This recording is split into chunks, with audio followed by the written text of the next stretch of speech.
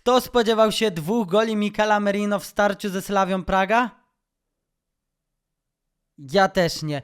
A kto nie może doczekać się sentymentalnego starcia Granit Xhaka kontra Arsenal?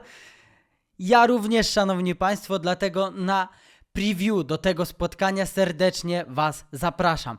Xhaka, Sunderland, Lebris, Arsenal, Arteta, Declan Rice, starcie tych 2 tytanów środka pola, których mogliście zauważyć na miniaturze. O tym wszystkim dzisiaj sobie porozmawiamy. No i na wstępie taka ważna informacja. My musimy ten mecz wygrać i jakakolwiek drużyna by to nie była w Premier League, przy jakiejkolwiek pladze kontuzji w naszym zespole, my dalej mamy ogromną jakość, ale czym dokładnie tak naprawdę możemy przeważyć w tym spotkaniu? Jakie będą pomysły Mikel Artety? No właśnie o tym dzisiaj sobie porozmawiamy, pamiętajcie o tym, no i piszcie od razu na wstępie typ na to spotkanie. Serdecznie was zachęcam do sekcji komentarzy. No i oczywiście lajkujesz, szanujesz, subskrybujesz, komentujesz. Serdecznie was do tego zapraszam i proszę wręcz o to, ponieważ to właśnie pomaga nam się wyróżnić z tego YouTube'owego gąszczu. Również możecie zostać sponsorem tego kanału. Do tego bardzo serdecznie zachęcamy, ponieważ to jest naprawdę nieoceniona pomoc. Macie również pewne benefity, z którymi możecie zapoznać się na Patronite. No i dobrze, koniec bloku sponsorskiego, zaczynamy. Musimy chyba zacząć od tego, że Sunderland to nowo promowana drużyna. Dawno komuś tak dobrze nie szło jak podopiecznym Regisa Lebrisa, ponieważ uzbierali 17 punktów w tabeli, zajmują obecnie 4. miejsce, mają na rozkładzie zwycięstwo na przykład z Chelsea, ostatnio remis z Evertonem, o tym też sobie dzisiaj porozmawiamy, natomiast chyba jeden z takich bardzo ważnych aspektów, który niejako łączy Sunderland z drużyną, w której grał kiedyś Granit Xhaka, czyli Arsenalem z sezonu 22-23. Jest to młody zespół. Po awansie z Championship do Premier League, gdzie wygrali w barażach, Regis Lebris naprawdę zakupił masę nowych piłkarzy. Około 13. Pozwolicie, że teraz przeczytam wszystkie te nazwiska, ale z uwzględnieniem czego? Otóż doświadczenia tych piłkarzy pomimo młodego wieku, ponieważ w zdecydowanej większości to jest młoda kadra, młody zespół. No i lecimy po kolei. Enzo Lefebvre, 9 meczów na arenie europejskiej w Lidze Europy. Habib Diarra, 94 występy w Ligę. Noah Sadiki, 28 występów na arenie europejskiej. Reinildo, 31 europejskich występów. Talbi, 12 występów. Simon Adingra, 20 europejskich występów. Granit Xhaka, chyba nie muszę tłumaczyć. Robin Ruffs, 38 meczy na poziomie Eredivisie. Artur Masuaku, 28 europejskich występów. Europejskie występy dotyczą Ligi Mistrzów, Ligi Europy, Ligi Konferencji. Omar Alderete, 18 występów. Nordi Mukiele, 45. Gertruda, 49. Brian Brobbey, 43. Bertrand Traore, 64. Mówię o tych liczbach dlatego, że pomimo, że to młody zespół, to Lebris bardzo dobrze i zarząd Sunderlandu wiedział, co robi, sprowadzając takich piłkarzy. Mimo młodego wieku, ogromne doświadczenie. Sam trener nie trenował nie wiadomo kogo, oczywiście awansował z nimi do Premier League, ale tak naprawdę teraz zdobywa te największe szlify w swojej trenerskiej karierze. Chciałem wspomnieć o tym wszystkim, o tej młodości, ponieważ pośrodku nich jest bardzo dobrze nam znany Szwajcar Granit Xhaka. Fantastycznie ogląda się ten zespół, szczerze mówiąc. Jestem takim cichym sympatykiem tej drużyny. Uważam, że naprawdę mają bardzo ciekawy pomysł na grę, o której sobie za chwilę porozmawiamy. No i oczywiście Czaka, który jest tym najbardziej doświadczonym piłkarzem, który jest przedłużeniem ręki trenera. Jest drugim trenerem na boisku, choć sam Granit, który wyrabia papiery UEFA Pro, musi poczekać na zakończenie kariery, żeby mógł to zrobić, żeby ten proces mógł się zakończyć. Natomiast on nie chce być drugim trenerem, on chce w przyszłości zostać trenerem, no i teraz może dowodzić swoimi kolegami na boisku naprawdę w nieziemski sposób, wnosząc też ich mentalność na trochę inny poziom.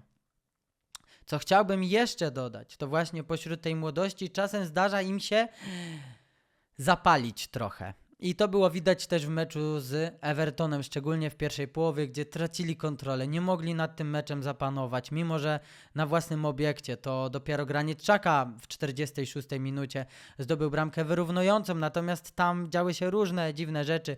Mukiele dostał żółtą kartkę za dyskusję z arbitrem, Sadiki dostał żółtą kartkę za absurdalnie bestialskie wejście, zakończone byłoby czerwoną, ale tutaj na pewno nie było to bardzo przyjemne dla jego rywala. Natomiast jeśli chodzi o sam zespół Lebrisa, to jest to przede wszystkim spokojny zespół, który lubi poczekać na rywala, aż podejdzie wyżej pressingiem. Wtedy Refs może zagrywać piłkę. Ten skład za chwilę sobie poznamy. Natomiast jest to też francuska kolonia Lebrisa. On otoczył sobie takimi piłkarzami, którzy mówią w języku francuskim i to na pewno ułatwia im komunikację na boisku. Wspomniałem o tym, że aż tylu piłkarzy sprowadził Lebris w lato, ale o dziwo to naprawdę bardzo dobrze chodzi. No właśnie ten język francuski też ma tutaj pewne zalety, moglibyśmy tak chyba to nazwać. Dobrze, przejdziemy sobie chyba teraz, bo myślę, że to najlepsze rozwiązanie, do tego, jak wygląda ta jedenastka Sunderlandu. Beniaminka, który oczarował chyba wszystkich na starcie sezonu. Dobrze, jak możemy sobie zauważyć, jest to Refs, jak już wspomniałem, dalej Mukiele, Ballard, Gertruda, Reinildo, Xhaka, Sadiki, Traore, Bertrand, dobrze nam znany z boisk Premier League, Enzo Lefe i Isidore. Co jest dosyć istotne, w tym składzie oczywiście wyróżnia nam się najbardziej ten pan piłkarz Granit Xhaka, bez dwóch zdań, tak? Natomiast jego partner z pomocy, czyli Sadiki, to też jest taki pracuś, to jest taki piłkarz, który często pozwala Granitowi Xhace. Wiemy, że on już jest dosyć wiekowym piłkarzem i pewnych rzeczy nie będzie robił. No i Sadiki to jest taki właśnie gość, który bierze czasem tą brudną grę na siebie. Zawodnicy, co bardzo istotne, ufają też Granitowi Xhace. Będziemy mogli to potem przeanalizować w niektórych ich ruchach. Natomiast jeśli chodzi o ten zespół, są też kontuzje, tak samo jak w Arsenalu, tak samo i w Sunderlandzie. I z tych piłkarzy dosyć ciekawych, którzy na początku sezonu zaprezentowali się w fajnym stylu, no to Muhammadu Diarra nie zagra aż do 13 grudnia, Leo Hjelde do 22 listopada, Roman Mondl 22 listopada, Denis Cirkin również, LS Aibola. To są piłkarze, którzy wiemy, że wrócą po przerwie na kadrę. Nie bez powodu ten 22 listopada jest podawany. No i Omar Alderete, który strzelił już gola w tym sezonie, obrońca. Natomiast tutaj nie podejrzewałbym o to, że faktycznie wystąpi w meczu z Arsenalem. Jeszcze tak omawiając sobie niejako ten styl Sunderlandu, bo za chwilę przejdziemy oczywiście do Arsenalu i w jakim stylu ich pokonać. Przede wszystkim jest to drużyna nastawiona reaktywnie, kompaktowa defensywa i szybkie przejścia po odbiorze. Najczęściej przy piłce jest Granit Xhaka, który wykonał w tych 10 meczach 88% celnych podań. Mukiele i Ballard mają w okolicach 84, Sadiki 89. No i właśnie ta para, duet Sadiki, Xhaka to jest oś podania bardzo ważna dla tego zespołu. Jeśli chodzi o styl samej tej drużyny, oni rzadko decydują się na jakieś długie podania. To stanowi 15-16% ogólnych podań, tak, sposobu na ich wykonywanie, natomiast wiemy, że tam króluje przede wszystkim Granit Xhaka. Nie grają bezpośrednio. Ich PPDA jest w okolicach 9, czyli po prostu passes per defensive action. To znaczy, że pozwalają jednak swojemu rywalowi rozgrywać piłkę. Nie są aż takim zabójczym zespołem, jeśli chodzi o wysoki pressing. I co chciałbym zauważyć? 5-4-1, bo chyba to widać, ale należałoby to wyartykułować. 5-4-1 to jest ich najczęstsza formacja w tym sezonie. Zagrali tak 62% spotkań. No i co jest kluczowe, szanowni państwo, w tym zespole? To są te trójkąty tutaj, na bokach. Zarówno jednym, jak i drugim. Ale dlaczego?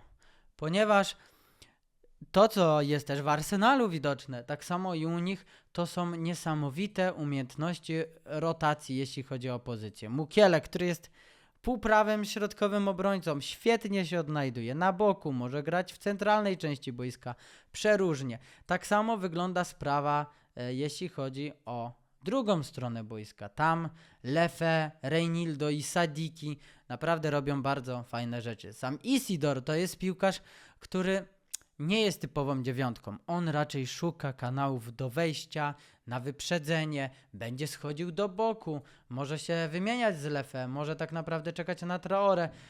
Dużo przeróżnych pomysłów. No i wiemy, że jest ten duet obrońców tak naprawdę. Widać to, jakby nagle ten Sunderland zamienił się w zespół, który gra 4-2-3-1. I oni właśnie też duży szacunek zdobyli tym, że nie są kurczowo przyklejeni do jednej formacji. Potrafią grać jedną, drugą naprzemiennie. Natomiast ten styl zdobywania przestrzeni, pokonywania rywala czy ich pressingu jest właśnie podobny, niezależnie od tego, w jakiej formacji grają, to nie jest aż tak drastyczne. Natomiast to, co jest najbardziej istotne, to to, że zawsze w tej strefie jest Granit Xhaka. To on ma otrzymywać podanie. Czasem zdarzy się, że rywal podejdzie, wtedy on dostatecznie swoim ruchem sprawi, żeby znowu gdzieś się pojawić w miejscu, w którym ta piłka może być bezpiecznie zagrana. I jego mindset jest zawsze taki, żeby grać do przodu. I o czym mówiłem o tym zaufaniu. Dlatego, że kiedy tylko Granit Xhaka ma piłkę, to automatycznie za chwilę koledzy wiedzą, że mogą biec. Mogą biegać te wolne strefy na boisku, a Granit Xhaka będzie posyłał im fantastyczne piłki, tak? Więc to należy mieć na uwadze, jeśli chodzi o ten zespół. O czym jeszcze możemy powiedzieć, to to, że prawa strona boiska, jeśli chodzi o Sunderland, to jest strona najczęściej używana. Dużo dośrodkowań, Mukiele ma 70% celnych takich prób, Traoré 33%, natomiast ta lewa, tam może zagrać wspomniany wcześniej przeze mnie Masuaku albo Reinildo i tam mamy przede wszystkim stronę, która raczej służy do gry kombinacyjnej, zejściem do środka, prostopadłe piłki. Ten Isidor może szukać sobie tu cały czas miejsca. Brak ataków środkiem boiska. Jak możemy sobie po prostu zauważyć, no zazwyczaj Granit Xhaka jest tutaj sam. Tak? W tej osi jest ich dwóch. Więc to też jest pewien sposób, żeby Arsenal mógł z nimi tak zagrać. No ale właśnie. Wydaje mi się, że dosyć o Sunderlandzie, czas o Arsenalu. I w jaki sposób może zagrać Mikel Arteta? Mam wrażenie, że będzie to coś w tym stylu. Teraz trochę rozrzuceni są ci piłkarze, wcześniej to sobie przygotowałem, ale niestety kliknąłem źle w tym momencie, natomiast wszystko widać, tak? Czyli na bramce David Raya, zespół jest dosłownie identyczny, z tym, że tutaj występuje Mikel Merino, a nie Gyökeres w porównaniu do zeszłego spotkania. Zubimendi raczej powraca, trenował z drużyną ponoć i wygląda na to, że po prostu będzie nie tylko na boisku, ale będzie bardzo istotnym piłkarzem właśnie w tej układance Mikela Artety. Dlaczego? I jak można pokonać Sunderland? Bo powiedziałem o tym, że przecież Mikel Arteta musi to zrobić i raczej nie powinniśmy mieć większych problemów na Stadium of Light, które raczej nie ogląda porażek, bo w tym sezonie jeszcze nie przegrali na własnym obiekcie. Natomiast przegrali z Manchesterem United. Tam akurat formacja 4-2-3-1, więc tutaj stawiają na tą, jaką zagrali z Chelsea. Cierpliwość, linie blisko siebie. To jest ich domena. To może być ich domena właśnie w starciu z takim zespołem jak Arsenal, bo z jednej strony mówiłem o tym, że Granit Xhaka wniósł ich na jakiś wyższy poziom mentalności, ale jednak kiedy przyjdzie ktoś taki jak Arsenal, pretendent do tytułu, niesamowicie mocna drużyna, stałe fragmenty gry, czyste kąta, nie da się im oddać praktycznie strzału na bramkę. A Arteta ma czasem takie pomysły jak w środku tygodnia William Saliba podróżujący do środka pola, żeby rozciągnąć pressing rywala tak naprawdę, czy żeby go zniwelować. I jaki pomysł Mikel Arteta może mieć w tym spotkaniu? Mam wrażenie, że może to być coś w tym stylu. Niech was nie przestraszą te strzałki. O co tutaj chodzi? Na razie pozbądźmy się ich, żeby było nieco lżej. I tak, jak możemy zauważyć, jest taki typowy podział piątki obrońców, dwójki w środku, trójki z przodu. W tym momencie Arsenal ma piłkę. I co ja bym chciał zauważyć, to przede wszystkim ten diament w środku pola, od którego być może będzie bardzo wiele zależeć, ale też usytuowanie naszych bocznych obrońców. Widzicie, że oni są naprawdę wyżej niż standardowo, tak? Zubimendi, który ma za zadanie ten pressing, jakikolwiek by on nie był Sunderlandu, mijać z ogromną łatwością. Nie będzie to trudne, ponieważ raczej będzie presowany jedynie przez Isidora. Traoré i Lefe muszą pilnować tych piłkarzy Saliby, Gabriela, mieć na baczeniu Calafiorego czy Timbera, ale właśnie, jeśli już mówimy sobie o tych naszych bocznych obrońcach, ważne jest to, żeby podchodzić jak najwyżej, ponieważ dzięki temu o wiele łatwiejsze zadanie będzie miał czy Trossard, czy Bukayo Saka. Wtedy ci wahadłowi będą trochę tacy, powiedzmy, roztargnieni, zdezorientowani, ponieważ będzie trzeba jednak i mieć uwagę na tego zawodnika i na tego. Może się zrobić 2-1 na boku, co jest bardzo istotne. Natomiast co też jest bardzo istotne, to Mikel Merino, ponieważ ja bym chciał zobaczyć w tym spotkaniu, jak on zabiera Ballarda właśnie ze sobą. Żeby Ballard był wyciągnięty, dzięki czemu robi się przestrzeń właśnie w tym miejscu. I tutaj bym chciał zobaczyć, jak tacy piłkarze jak Timber, jak Calafiori, jak Leandro Trossard, nawet Declan Rice z tej pozycji, powiedzmy, że między innymi Declan Rice, bo ten diament może się mieszać, zamieniać, i Bukayo Saka. Chciałbym zobaczyć, jak ci piłkarze. Widzieliśmy taki przykład rok temu w meczu z Aston Villą, kiedy Kai Havertz wyciągał obrońców i wbiegał w tamto miejsce Martin Odegaard. Przynajmniej próbował. Ostatecznie tak między innymi strzeliliśmy gola. Leandro Trossard wrzucił w pole karne i chyba Bukayo Saka ostatecznie zdobył bramkę. Nieważne. Ważne jest to, jaki może być pomysł właśnie na to spotkanie. Ponieważ to mimo wszystko są ofensywni wahadłowi. Oni mogą bronić, a tutaj nie chcę, pokazać, jak słaby może być Sunderland, ale że to jest na pewno miejsce do tego, żeby atakować, bo Calafiori może znaleźć się w tej strefie, Leandro Trossard może być tutaj. Natomiast ważne jest to, że Sadiki z Xhaką będą troszkę osamotnieni w tym środku pola. Być może podejdą trochę niżej, trochę wężej, ale przy rozegraniu piłki przez Arsenal na pewno znajdą się nieco wyżej na boisku i wtedy jest właśnie szansa, żeby ten diament faktycznie zrobił miejsce, żeby stwarzał przewagę w środku boiska, bo tak naprawdę widzieliśmy tutaj 4-2, 3-2, to jest bardzo istotne, czy 4-3. Więc tak, Zubimendi liczę na to, że będzie bez problemu mijał ten pressing. Czy dostanie podanie tutaj, czy to oni się będą zamieniać z Salibą. Zobaczymy. Ostatecznie to raczej ten obszar nie powinien być raczej miejscem na boisku, gdzie będziemy drżeć. Dobrze, ale idąc dalej. Mamy już pomysł, jak może Arsenal faktycznie grać. Co też jest istotne, mówiąc o naszych atutach, bo tutaj mamy zespół, który jest bardzo dobry technicznie. No bo mamy Sakę, Eze, Merino, Trossarda, Zubimendiego.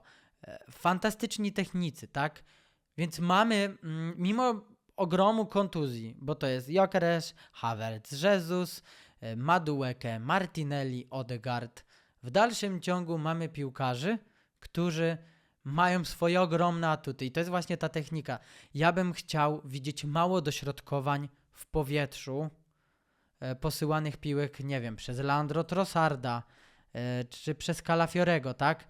Nie chciałbym tego oglądać. Uważam, że lepszym pomysłem byłoby podjechanie pod linię końcową i posyłanie piłek, nie wiem, na 5, na 11 metr od bramki, żeby faktycznie w ten sposób starać się tę piłkę dystrybuować w pole karne, ponieważ tam są tacy piłkarze jak Mukiele, Ballard, Gertruda, Rews, jest też Granit Xhaka czy Isidore, to są piłkarze naprawdę wysocy, natomiast reszta jest dosyć niska względnie, więc to też jest nasza przewaga przy stałych fragmentach gry i uważam, że tak sobie myślałem, jak Arsenal powinien rozgrywać te stałe fragmenty.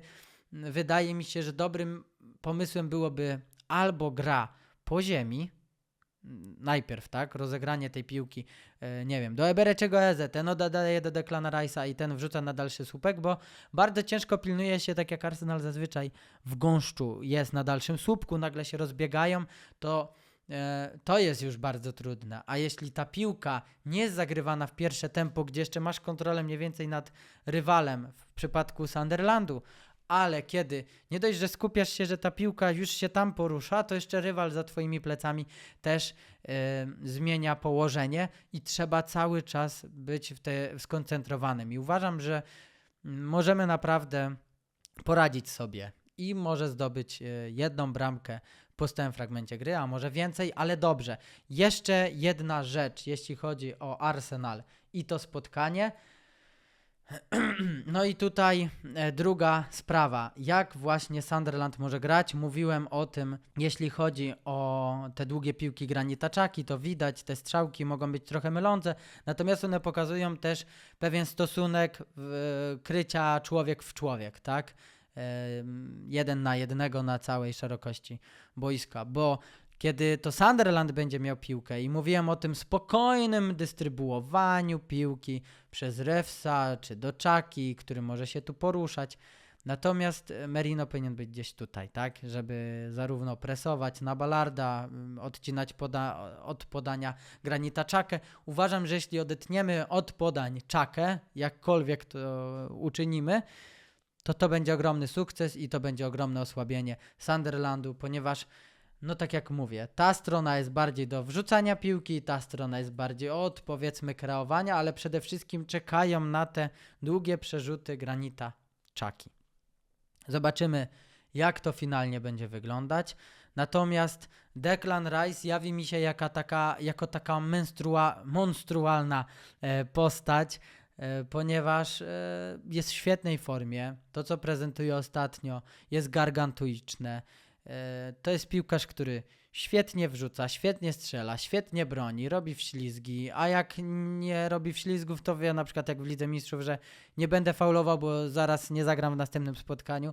Wyrósł nam nieprawdopodobny mistrz świata i okolic i w starciu z takim Granitem Xhaką, domykając już ten temat tego spotkania, to będzie taka sentymentalna nasza podróż na Stadium of Light.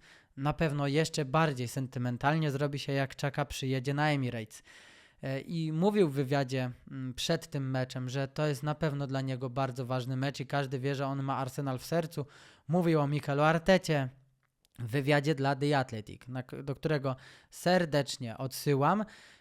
Bardzo wiele ciekawych wątków, na przykład jak Arteta przyszedł do szatni Arsenalu, jak poustawiał krzesła na pierwszym spotkaniu porozrzucane i powiedział, że tak wyglądacie, chaos, a ja chcę was poukładać, po czym zrobił to z krzesłami. Więc tak, trochę staram się was zachęcić do literatury, ale już kończąc wywody na temat tego spotkania, no to pamiętajmy, ta strefa w środku pola jest puściutka, tutaj naprawdę można robić fajne rzeczy. Arsenal może się mimo wszystko rozszaleć. I Isidore to oczywiście jest napastnik, który może nam narobić krzywdy, ale uważam, że William Saliba przede wszystkim będzie się nim zajmował i powinien to robić naprawdę skutecznie. Sadiki szalony, ale czasem narwany. Zobaczymy, czyj mental będzie potężniejszy. Granita Xhaka i jego kolegów, czy mistrzowski mental Arsenalu. O tym będziemy sobie rozmawiać w przyszłym tygodniu prawdopodobnie. Więc to by było mniej więcej na tyle. Jaki wynik spotkania? Bo chyba już trzeba ostatecznie go podać. Wydaje mi się, że to będzie 2-0. Chciałbym zobaczyć Arsenal, który kontynuuje serię czystych kąt. Mogą oddać strzał jakiś niegroźny na bramkę, ale przy tak solidnej defensywie wątpię, żeby im się to udało. Piszcie wasze typy.